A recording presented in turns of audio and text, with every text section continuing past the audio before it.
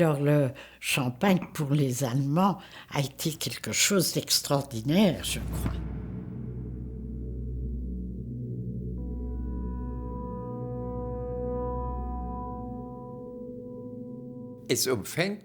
C'est de la magie.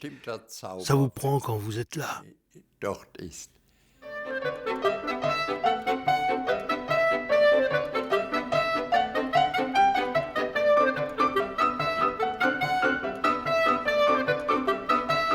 Ils arrivaient ici comme on arrive en permission, n'est-ce pas, détendu, absolument pas a priori belliqueux.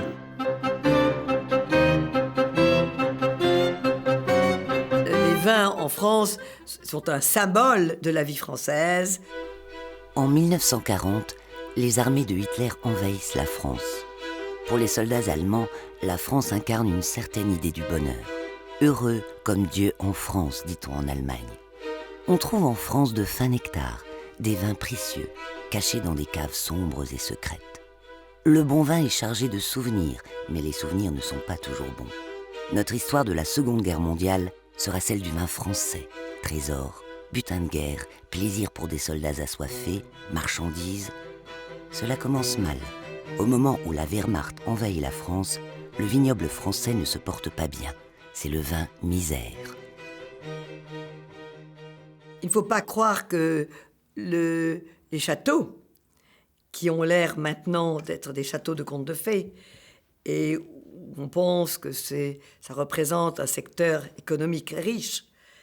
Là, en 1939, quand la guerre éclate, c'était un secteur économique ruiné, pauvre. Le monde du vin ne s'est pas remis de la Première Guerre et de la grande crise. Et puis, en cette fin des années 30, la guerre qui vient.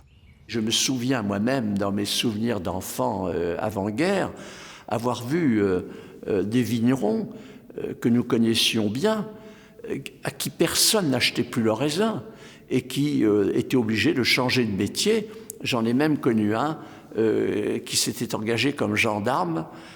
Avouez que quand on est vigneron de père en fils depuis 200 ans, être obligé pour vivre de s'engager dans la gendarmerie, ça prouve que vraiment il y a une crise terrible. Cela devait arriver.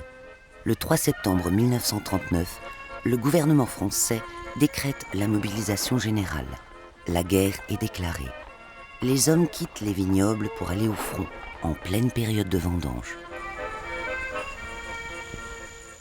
Les domaines viticoles, les courtiers, les négociants n'avaient pas un sou pour vivre. Donc qu'est-ce qu'on fait? On vend des meubles pour payer le personnel. On arrache des vignes. J'ai connu très bien cette époque-là. Jamais nous n'avions de beurre sur nos tartines d'enfants avant la guerre. Donc quand la guerre arrive, ça ne change pas. Qui arrive? Les envahisseurs. Et si c'était des clients habillés en uniforme, ils arrivent en tout cas bien plus vite que prévu.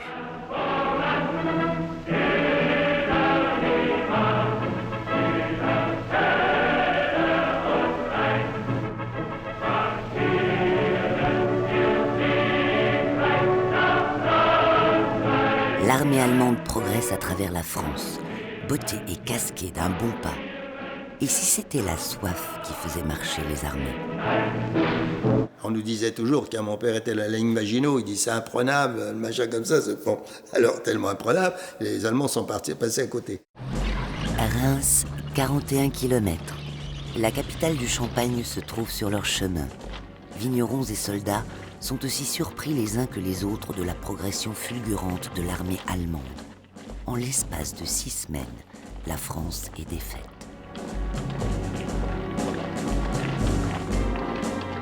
La première crainte de tous les Champenois a été de se dire que va-t-il arriver à nos maisons de champagne? Est-ce que le vin de champagne que nous produisons sera réquisitionné? Est-ce qu'il sera pris? Est-ce qu'il sera acheté? Est-ce qu'il sera payé? Premier temps, dégustation. Mais la guerre n'attend pas. Pour l'heure, le but est Paris. Et Paris, c'est la belle vie, croient savoir les soldats allemands.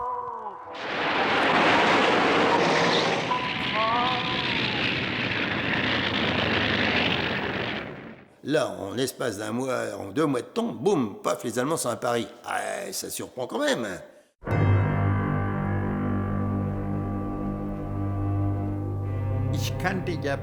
Je connaissais assez bien Paris grâce à mes lectures.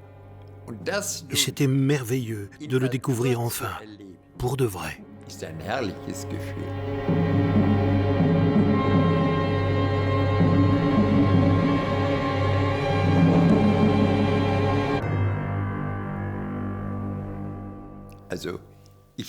J'étais très excité lorsqu'on est entré dans Paris. J'ai vraiment ressenti Paris et la France à travers toutes les fibres de mon corps. Surtout que c'était très paisible. Zumal es völlig friedlich war. Es fiel kein Schuss. Il n'y avait pas de coup de feu, pas grand monde dans les rues. Il faisait un temps superbe et on a roulé très lentement dans Paris jusqu'à notre hôtel qui était tout près des Champs-Élysées. On a fait la place de la Concorde, les Champs-Élysées, l'Arc de Triomphe. Tout ça, on l'a fait le jour de notre arrivée. C'était vraiment une impression inoubliable. Et puis pour Helmut Arntz, la France c'est aussi le vin. Et le vin, c'est sa grande passion. On a bien regardé. Les caves des hôtels étaient remplies de vieux millésimes. Très bons. Et il faut bien avouer qu'on les a vus. Période faste pour l'envahisseur. L'armistice contraint la France à verser d'énormes réparations. C'est à la France de payer les frais entraînés par l'occupation. 400 millions de francs par jour. Obligation aussi de fournir des matières premières stratégiques. Am 22. Juni 18:50 Uhr deutscher Sommerzeit wurde im Wald von Compiègne der deutsch-französische Waffenstillstandsvertrag unterzeichnet. Der Krieg im Westen endete mit dem glänzendsten Sieg der deutschen Geschichte. La France est séparée en 2 zones. Les grands vins sont en zone occupée. Es ist vor allen Dingen in dieser ersten Phase Pour les soldats allemands, cette première phase de la guerre a été comme un rêve. Ils arrivaient dans un pays où, jusqu'à la défaite, jusqu'à l'effondrement, pratiquement tout fonctionnait encore. Les entrepôts étaient pleins, tout était encore disponible, même des denrées qu'il était déjà difficile de trouver en Allemagne à cette époque. Des produits rationnés comme les vêtements, ou des produits qu'on ne pouvait déjà plus acheter de façon normale, du moins pour le citoyen ordinaire. Alors ici, d'un coup, ils trouvaient des magasins bien achalandés. Et pour eux, c'était la possibilité de profiter de tout ce dont ils avaient manqué depuis 2 ou 3 ans.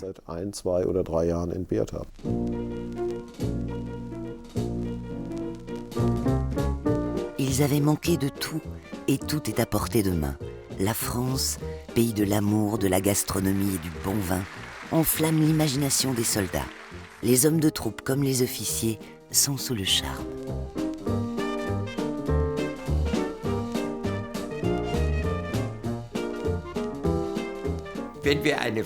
Quand on voulait boire du vin au repas, l'officier d'intendance allait chercher une bouteille à la cave et il la payait.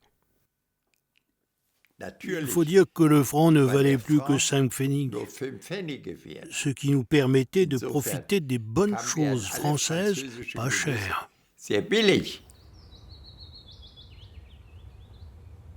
Le champagne a toujours été un produit de luxe. Mais à cette époque, Helmut Arntz et ses camarades ont largement les moyens de se fournir. Au moment de l'armistice, le franc a subi une grosse dévaluation. Mais ce n'est pas tout. Le Troisième Reich entend bien s'emparer du trésor que constitue le vin. Comment procéder ? Les autorités allemandes ont un plan. Les troupes d'occupation, les troupes allemandes, avaient mis à la tête de leurs organismes d'achat ce que vous pouvez appeler un Weinführer.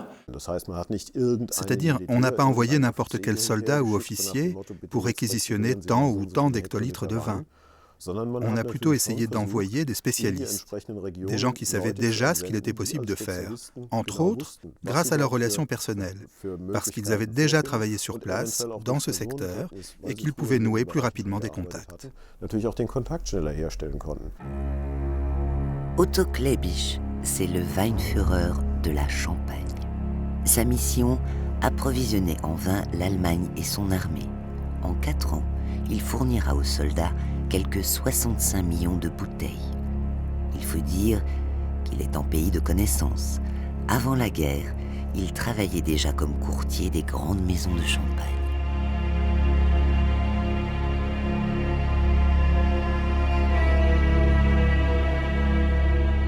Il y a eu du pillage les premières semaines, mais dès que Otto Klebisch est arrivé en Champagne, le pillage immédiatement s'est arrêté. Les Weinführers sont au cœur d'un système efficace, comme dans d'autres secteurs économiques. Une fois que les militaires ont gagné la guerre, place aux spécialistes, à des professionnels capables de contrôler le marché. C'est le gant de velours sur la main d'acier. Les Allemands ne volent pas le vin. Chaque bouteille est payée. Mais d'où vient le financement de l'occupation ? En fait, c'est l'État français qui paye. Chaque bouteille de champagne a été payée par Klebisch avec le prix de revient plus une petite marge, un prix qui était fixé et obligatoire. Donc il n'y avait pas de négociation, de discussion, et chaque maison de champagne était obligée de livrer les quantités de champagne qu'elle pouvait faire à Otto Klebisch, c'est-à-dire aux troupes d'occupation. Toutes les maisons de champagne étaient bien contentes, eux aussi, qui avaient 3 années d'avance, puisque ça ne se vendait pas depuis 10 ans, étaient bien contentes. Maintenant, tout le monde dit « Ah oui, mais nous, c'était l'occupant, on nous forçait la main ». Quand vous avez quelqu'un qui vient, qui vous paye, même si c'est, je dirais, de l'argent, mais cet argent-là, qui était un argent d'occupation, permettait de racheter autre chose. Alors, il ne faut pas non plus cracher dans la soupe, quelque part. On était bien contents de vendre les bouteilles. La soif peut décider de l'issue d'une bataille. C'est ce qu'écrit Klebisch dans l'un de ses rapports. Pendant la Première Guerre, des hommes de troupes allemands, manquant de discipline et de discernement, avaient abusé de certaines bouteilles de champagne.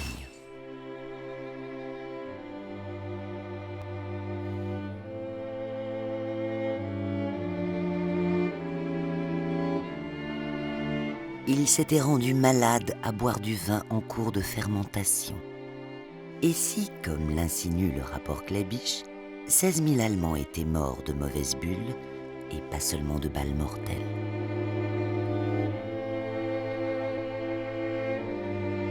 Dans toutes les armées, dans toutes les tranchées en Champagne, il n'y avait pas simplement, chez les Allemands comme chez les Français, il n'y avait pas simplement des fusils, des cartouches et des grenades.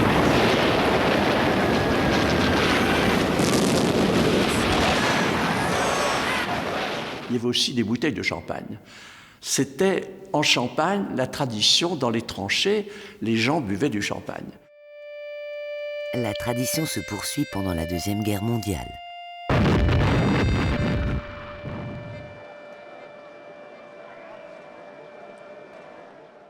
Je dirais pas, j'emploierais pas le mot voler. Je dirais qu'ils ont voulu revenir aux sources, c'est-à-dire à une espèce de civilisation commune qui était celle du vin.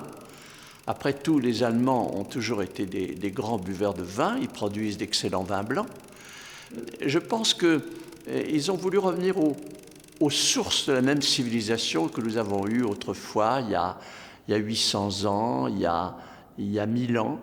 Et je pense que le champagne est un produit qui fait, à mon avis, sans même que les Allemands le sachent, je dis qu'il fait partie de la culture allemande.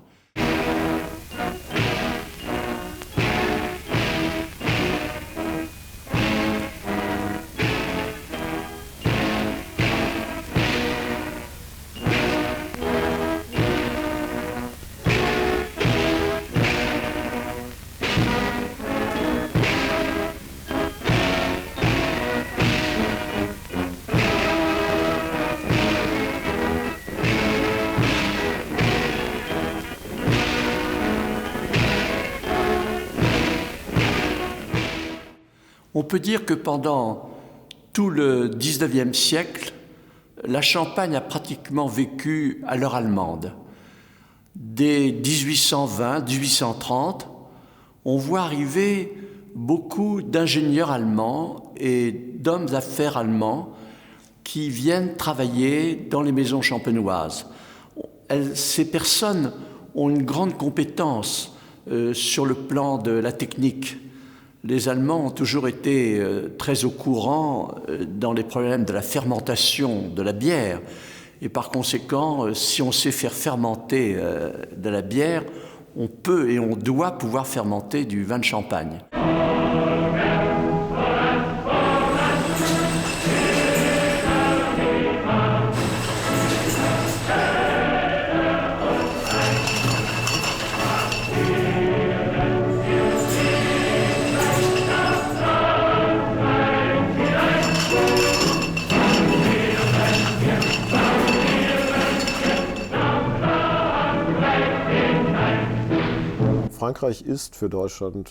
Pendant la Seconde Guerre mondiale, la France a été une des bases de ravitaillement les plus importantes pour l'Allemagne et elle a fourni des ressources essentielles.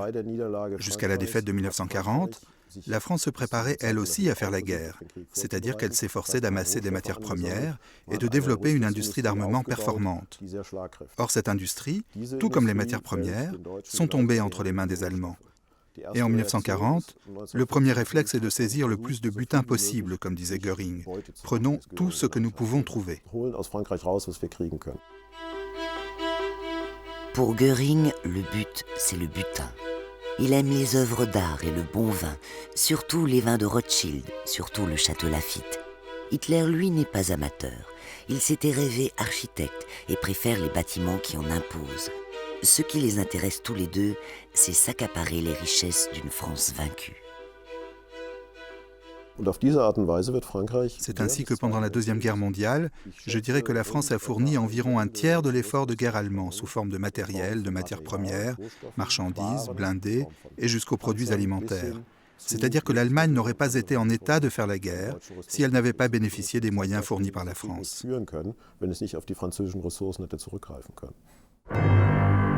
Il marche jusqu'à la frontière espagnole. Il marche. La côte atlantique est essentielle sur le plan stratégique. Elle se trouve donc en zone occupée. Et Bordeaux, par la même occasion. Ils arrivent à Bordeaux, ils s'installent, ils sont les maîtres, et le vin est là, et les Allemands commencent à acheter.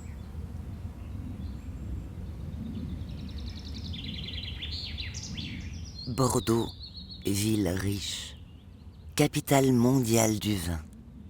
Les plus grands cépages sont cultivés aux alentours. Le marché du vin était au point mort.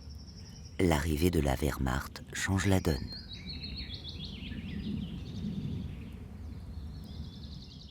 Les Allemands arrivent, eh bien, la première réaction est assez paradoxale, elle est assez surprenante. Les prix du vin vont terriblement augmenter.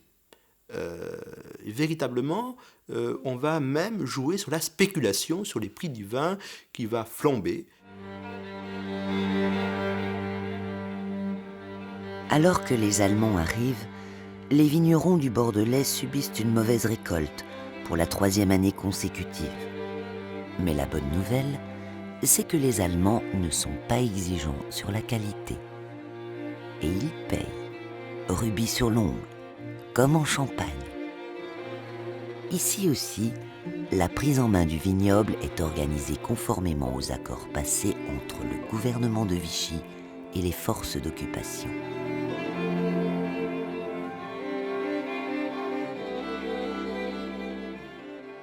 Il y a eu des gros acheteurs allemands, pas le plus fort, qui est un peu le Gauleiter du vin, c'était Böhmers. Heinz Böhmers est nommé Weinführer pour la région de Bordeaux. Dans le civil, c'est un négociant en vin très réputé. Donc à Bordeaux, nous voyons arriver notre ami M. Böhmers, en uniforme de l'armée allemande avec un grade de colonel. Au fait, connaissez-vous le nom de code de l'offensive allemande à laquelle Böhmers a participé? Opération Rouge. Couleur rouge, couleur sang, couleur vin. Il s'était lancé dans ce secteur dès la fin de la Première Guerre, en 1919, et il travaillait avec ces gens-là depuis déjà une vingtaine d'années. Schröder et Schiller sont des négociants bordelais avec lesquels Böhmers faisait déjà des affaires avant la guerre. Ils sont originaires du nord de l'Allemagne. Naturellement, mon père connaissait Böhmers très bien, très bien. Et M. Böhmers connaissait beaucoup d'autres Bordelais que mon père. Et ce qui fait que c'était très difficile de négocier avec lui, parce qu'on ne pouvait pas ne pas le recevoir en tant qu'ancien ami, mais on n'avait pas très envie de le recevoir en tant qu'officier chargé d'acheter des vins pour l'armée allemande.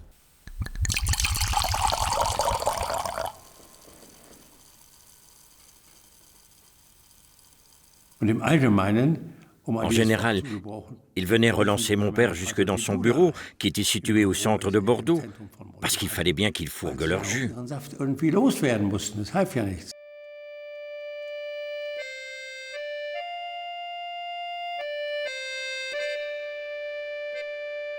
Donc, ce que disent mon père et mon oncle à M. Böhmers, eh bien, cher ami, faites votre travail.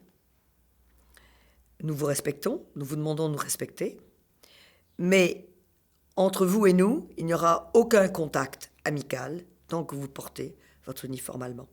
Par contre, si vous venez nous voir en civil, vous êtes les bienvenus, comme vous l'étiez par le passé. Venez partager nos humbles repas, et vous êtes le bienvenu. Il employait je ne sais combien de personnes, entre 5 et 10.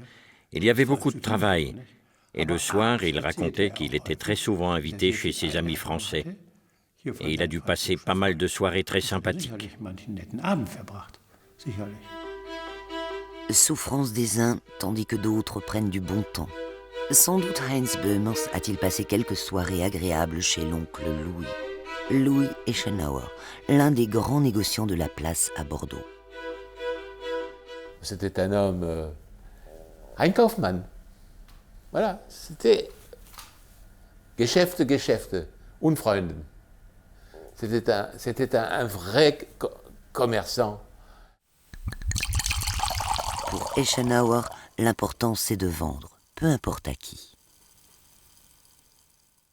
Eschenauer, lui, il avait ouvert les portes grandes aux Allemands, aux officiers, à leurs amis, et même il a fait la faute énorme, c'est d'aller aux courses. Vous savez que les courses, Pferdrennen, hein, c'est là que le peuple va là. Et on voyait Louis Eschenauer arrivant dans une voiture allemande militaire avec le général, le colonel, le ci et le ça. Il se pavanait devant tout le monde.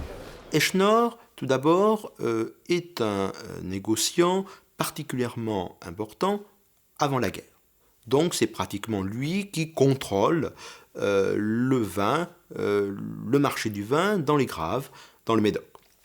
Un rôle particulièrement important qui fait que par exemple en 1942, il a vendu pour près de 170 millions donc, de francs aux Allemands. Eschenauer passe les commandes, les vignerons livrent les bouteilles. La liste des fournisseurs de la maison Eschenauer à cette époque est un véritable inventaire des grands vins de Bordeaux. Une étude du Crédit Agricole montre que la plupart des petits vignerons de la région ont pu rembourser leurs dettes au cours des années d'occupation.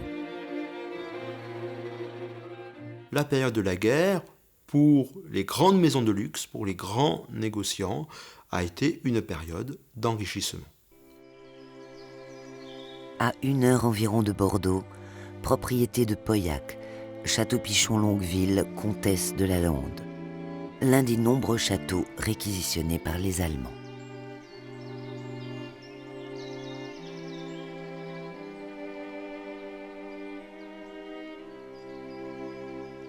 C'était une armée très disciplinée. C'était pas une armée de sauvages.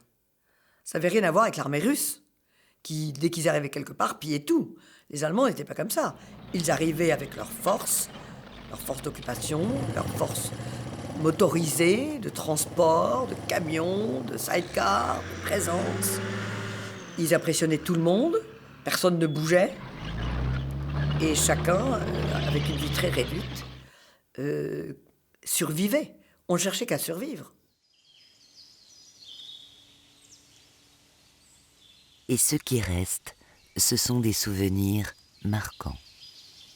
Cette odeur de vêtements, de capotes, ce qu'on appelle les capotes, c'est-à-dire ce drap vert mouillé, et de graisse de porc sur leurs bottes de cuir noir.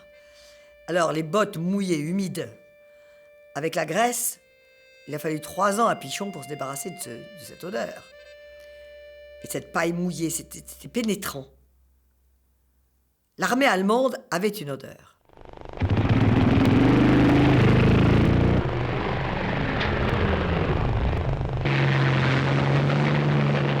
Elle avait un son aussi. Oui, un son de roulement, des roulements perpétuels, de sidecar. Il y a eu beaucoup de bruit. D'ailleurs, je le note dans mon cahier, que de bruit. Entre le bruit des Allemands, le bruit des bombardements, ces années de guerre, c'est beaucoup de bruit.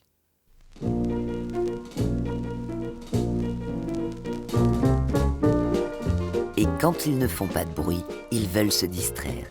À Paris, la vie quotidienne s'organise. Les occupants font maintenant partie du paysage. Il est des vies de soldats plus dures. Tout le monde a ressenti cette magie propre à la capitale française. Pendant les années d'occupation, quelques 200 000 enfants seraient nés de couples franco-allemands. Alors la guerre, ce fut aussi le temps de s'aimer, de boire du champagne. Je suis allé plusieurs fois en Champagne pour chercher une caisse de bouteilles. Mais attention, j'avais une lettre du commandant de mon régiment. C'était même indispensable, car Klabisch veille au grain. Les relations d'affaires entre Français et Allemands sont en de bonnes mains.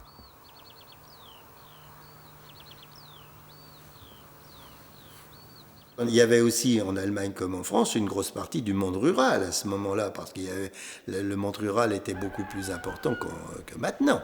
Hein. Donc, si vous voulez, un paysan allemand ou un paysan français, c'était quand même que 2 paysans. Même s'il y en a un qui avait l'uniforme et puis l'autre, il ne l'avait pas.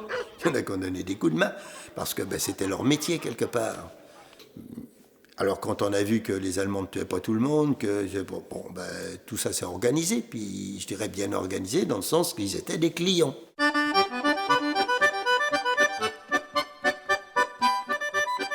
Et ils étaient corrects.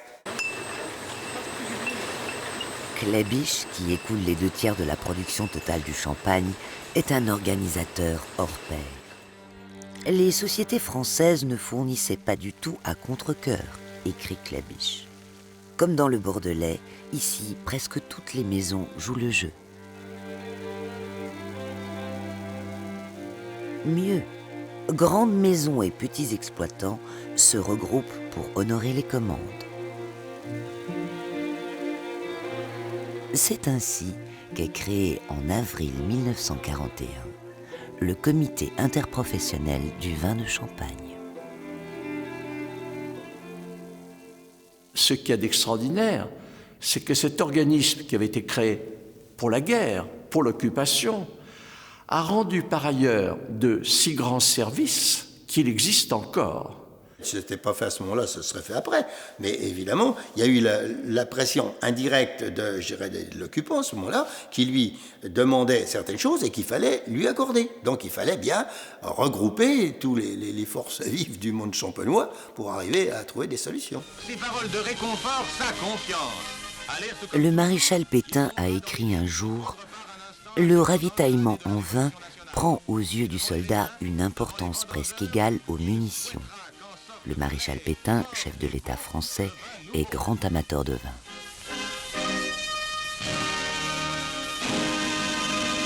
Ça a été très très dur au début, parce que nous avions un gouvernement français, qui était le maréchal Pétain, qui avait une certaine autorité, et beaucoup de gens étaient pétinistes, donc ne pensaient pas du tout à résister. Pourtant, dès le départ, Fernande Servagna s'engage dans la résistance aux côtés de son mari Pierre, un négociant en Champagne d'Épernay. Il crée un petit groupe, mais les débuts sont difficiles. Alors, mon mari avait eu un premier contact avec un Rémois qui lui a appris comment il fallait réunir dans chaque village les bonnes volontés pour former des groupes, d'abord des dizaines, puis des trentaines, et puis des centaines. Pour l'instant, il danse encore. À partir de 1941, le rythme s'emballe. Aux tonneaux de vin succèdent les barils de poudre. Hitler veut conquérir la Russie. De nombreux soldats sont transférés à l'Est. Quand ils sont partis, ils étaient très malheureux parce qu'ils partaient vers la Russie. Alors ils étaient très effrayés et très décontenancés. Surtout après cette vie calme qu'ils avaient eue pendant 8 ou 9 mois chez nous.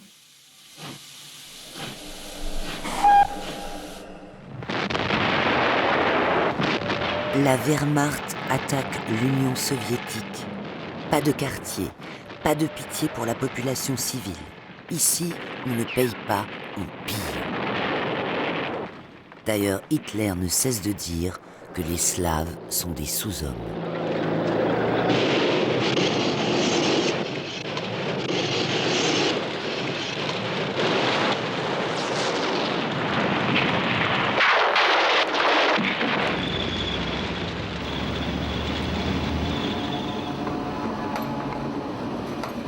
Il faut ravitailler le front de l'Est, entre autres en vin.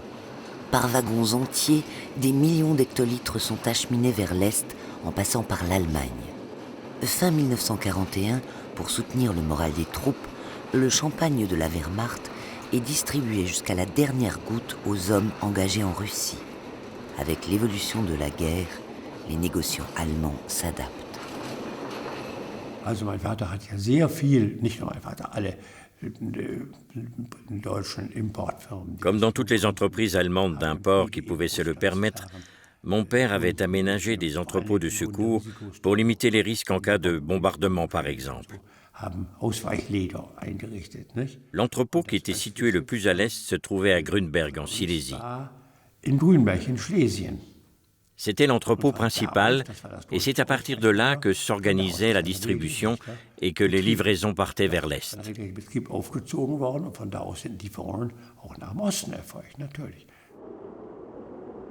La campagne s'enlise dans l'hiver russe. Comme Helmut Arns, de nombreux soldats ont dû quitter le doux Paris pour rejoindre l'impitoyable front de l'Est.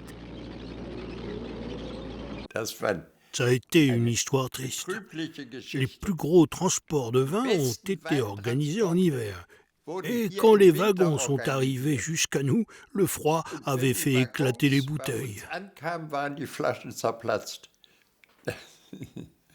Aujourd'hui, dans le grave problème de l'alimentation, le rôle du vin prend une importance... En France, la situation se dégrade. La grogne monte, les troupes d'occupation se font pesantes. Les denrées alimentaires manquent. Tous ceux qui travaillent apprécient ses vertus revigorantes. S'ils n'ont pas de brioche, qu'ils boivent du vin. Le vin bu en quantité normale au cours des repas d'une semaine représente en valeur nutritive les repas d'un jour entier. Ces vitamines sont analogues à celles qu'on trouve dans les céréales et dans de nombreux légumes. Le vin contient également les matières minérales nécessaires au corps humain. À ce titre, la valeur nutritive du vin peut rivaliser avec celle de plusieurs aliments actuellement rationnés ou introuvables. Et les troupes d'occupation, même si elles se conduisent assez bien, c'est toujours des troupes d'occupation. Ça prend quand même tout ce qu'il y a dans les magasins avant vous, et ça sert avant vous, et vous arrivez quand il n'y a plus rien. Vers 1942, on a senti que le vent tournait, que les gens venaient beaucoup plus, qu'il y a eu ce travail obligatoire en Allemagne qui était dur quand même. Les jeunes gens qui sont partis là-bas croyaient que c'était rien, qu'ils seraient revenus 6 mois après. Et puis ça s'est prolongé, ils étaient parfois dans des villes bombardées, etc. Ils ne pouvaient pas revenir une fois qu'ils étaient là. C'était fini. Alors après, les jeunes essayaient de se débrouiller pour plus partir. Et nous avons récolté énormément de jeunes qui voulaient ne pas être au travail obligatoire, on appelait ça. Ça a fait une grosse différence. C'est à Stalingrad que se joue l'issue de la Deuxième Guerre mondiale. La débâcle des Allemands à l'Est encourage la résistance à l'Ouest. La machine de guerre allemande n'est plus invincible. Le vent a tourné quand il y a eu Stalingrad, quand il y a eu le commencement où l'Allemagne n'était plus sûre de gagner la guerre. La résistance se renforce, les attentats se multiplient, les représailles aussi.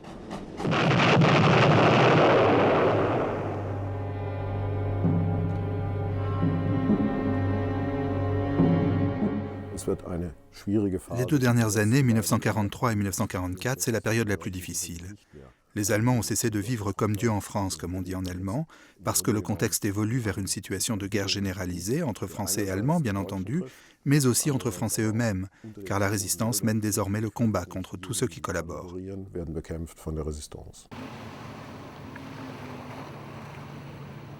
À Bordeaux, l'armée allemande construit des fortifications pour protéger la base de sous-marins contre les attaques ennemies. Ces travaux gigantesques durent 1 an et demi.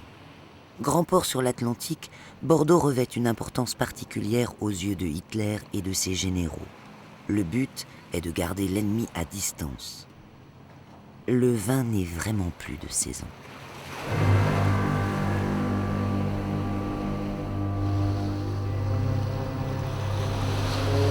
Une cicatrice en béton longe toute la côte. C'est le mur de l'Atlantique, censé empêcher un débarquement ennemi. La résistance est peu active dans la région. La surveillance est trop intensive, la Gestapo trop efficace.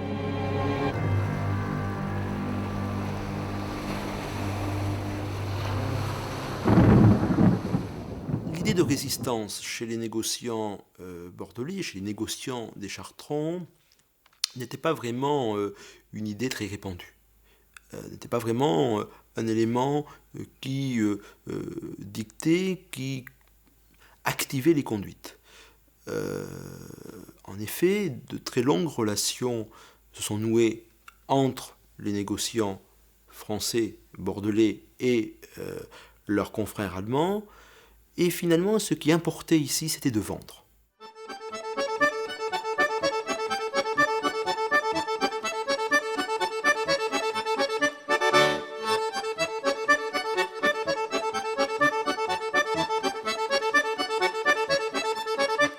Avec notre argent, ils ont bu notre vin, n'est-ce pas? Et même les plus résistants, les plus anti-allemands, disaient à leur conscience, tais-toi 1/4 d'heure le temps de charger le camion. Le sulfatage de la vigne pose au gouvernement un problème grave, l'approvisionnement en sulfate de cuivre. La lutte contre le doryphore nécessite d'énormes quantités d'arséniate de plomb. La pénurie finit par toucher aussi les vignobles. En temps de guerre, le cuivre est un produit stratégique, alors on manque de sulfate de cuivre pour traiter le raisin contre les parasites. Pour la reprise économique, pour assurer l'approvisionnement de la France, vendez à l'État vos métaux non ferreux. Les Allemands commandaient, n'est-ce pas, et les Français marchaient. Les usines françaises ont marché avec ce que leur permettaient de faire les Allemands. L'automobile ou n'importe quoi. Mais il n'y a pas eu un arrêt de l'économie, il y a eu une transformation de l'économie. L'envers de l'économie organisée, c'est l'économie désorganisée du marché noir. Le vin est devenu une monnaie d'échange. En 1942, le litre de vin de table se vend officiellement à 6,50 francs. Au marché noir, la même bouteille se négocie 200 francs. Le vin était une monnaie d'échange. Le problème, parce que le marché parallèle, le troc, qu'on appelle le troc, je cherche un costume, mais j'ai du vin. Le vendeur de costumes, il a le costume, mais il cherche du vin. Alors, la marchandise se croisait. Le climat se fait moins clément pour ceux qui se croyaient les maîtres du monde. Leur réaction, toujours plus de répression. On priait énormément. Tous les jours, on récitait le rosaire ensemble, soit entre enfants, soit avec nos grands-parents. C'est l'époque de la grande revanche de la religion contre l'État laïque. C'est aussi la grande revanche contre les idées nouvelles. Le vieux fond antisémite de la France catholique conservatrice peut refaire surface.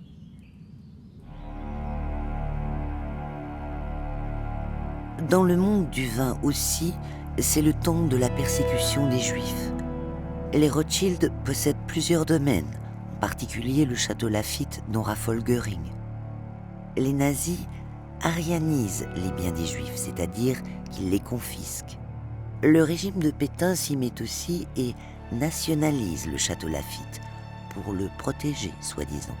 Pour le tandem Böhmers et Schönauer, c'est le bon moment pour acquérir de nouveaux biens.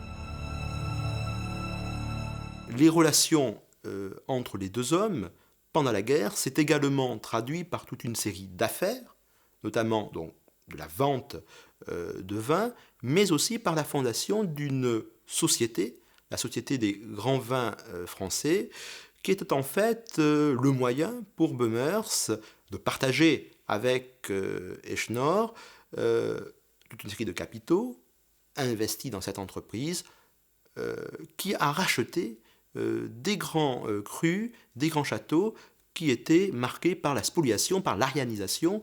C'est ainsi que le château Lestage et le château Bel Air, dans le Médoc, ont été rachetés par cette société des grands vins français, dont le principal actionnaire était Böhmers à l'ordre de 75%. Le profit avant la patrie, et faute de résister, certains collaborent. Le milieu viticole n'a pas été un foyer de résistance, à quelques rares exceptions près. Oh, mais non, mais il n'y a pas eu de résistance dans le milieu viticole. Il y avait bien quelques... Bien sûr que tout le monde essayait d'écouter à la radio anglaise, mais surtout essayait de ne pas se faire prendre. La résistance n'est passée par Londres, vous savez, la radio anglaise. Des gens... Il y a eu beaucoup de résistance après le départ des Allemands. Il y a eu des gens qui se sont trouvés résistants. On les appelait les résistants du 32 août.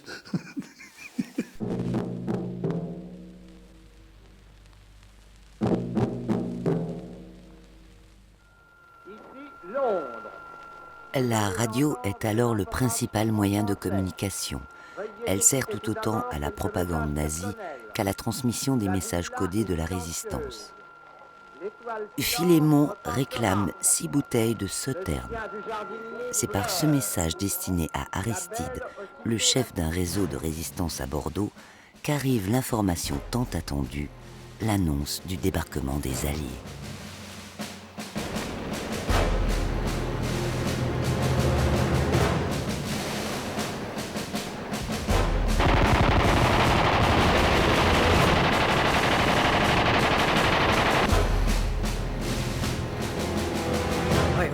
Oui, on chantait, on priait.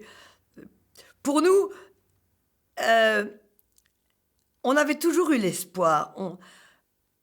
On avait toujours su qu'on allait gagner. On ne pouvait pas le savoir en fait. Mais nous avions une foi chevillée. On était toujours des gagnants. Moi, j'étais dans le camp. Je n'ai pas connu la libération de Paris, je n'ai pas connu le débarquement. Je l'ai su, mais je n'ai pas connu tout ça. Et ça a été à toutes, nous les déportés, à tous, notre grand regret, parce que nous n'avons pas vu le beau moment. Tandis qu'à la Libération, son mari défile dans les rues d'Épernay, elle se trouve encore au camp de concentration de Ravensbrück. Été 1944, C'est la marche sur Paris. À nouveau, on voit passer des chars. Cette fois, ils viennent de l'autre côté de l'Atlantique. Seront-ils de nouveaux clients ? Pendant la libération de la France, de nombreux Américains découvrent un trésor qu'ils ne connaissaient pas, le vin. Ce qui est amusant, c'est de penser que nous avons été d'autant plus protégés par les Allemands qu'ils pensaient bien gagner la guerre. Et quand ils protégeaient nos vins, ils pensaient les protéger pour eux. Ils ne pensaient pas qu'ils allaient les perdre dans la guerre et que nous allions la gagner. Et qu'en fait, les vins qu'on sauverait seraient achetés plus tard par le marché américain. Pour un peu, la guerre en deviendrait une affaire de marketing.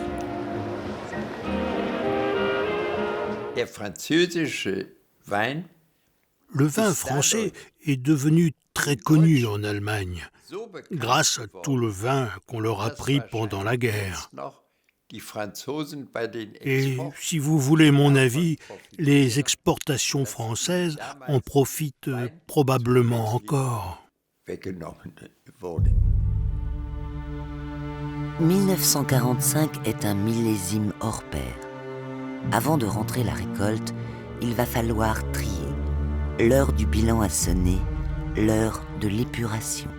Il faut isoler les éléments les plus pourris. Les négociants en vin s'en tirent le plus souvent avec une amende. Et dans tous les secteurs de la société française, il faut trouver des coupables, vrais ou faux.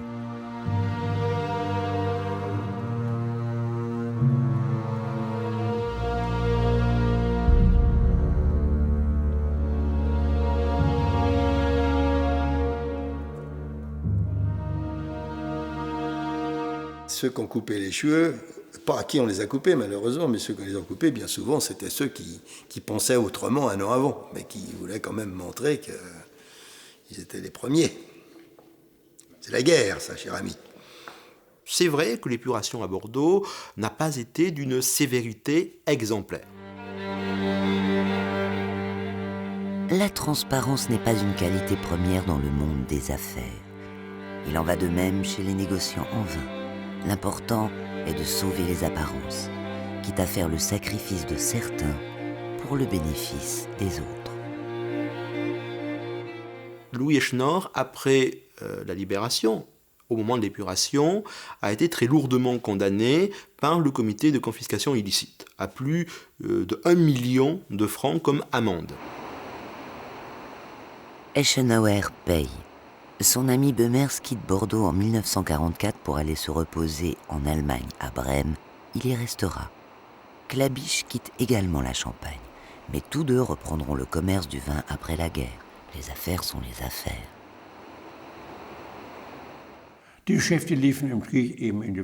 Les affaires avaient à peu près continué pendant la guerre. Et elles ont repris tout de suite après, de façon tout à fait normale. Mon père est retourné très rapidement à Bordeaux parce que c'était nécessaire pour ses affaires. Et les contacts ont repris très naturellement. Depuis, les fils du Weinführer Bemers n'ont cessé de se rendre à Bordeaux. Il y a 15 ans, ils ont même acheté le château des Grands Mouesses. Et c'est ainsi, avec les bonnes relations, que notre famille, mais toutes les autres familles de Bordeaux, et comme les Lotons en tant que courtiers, ont entretenu avec M. Bemers que toute la région bordelaise a gardé tous ses vins et que tout s'est correctement passé. Au fond, les Allemands étaient corrects, dès lors qu'ils étaient de bons clients. Et comme on sait, le client a toujours raison.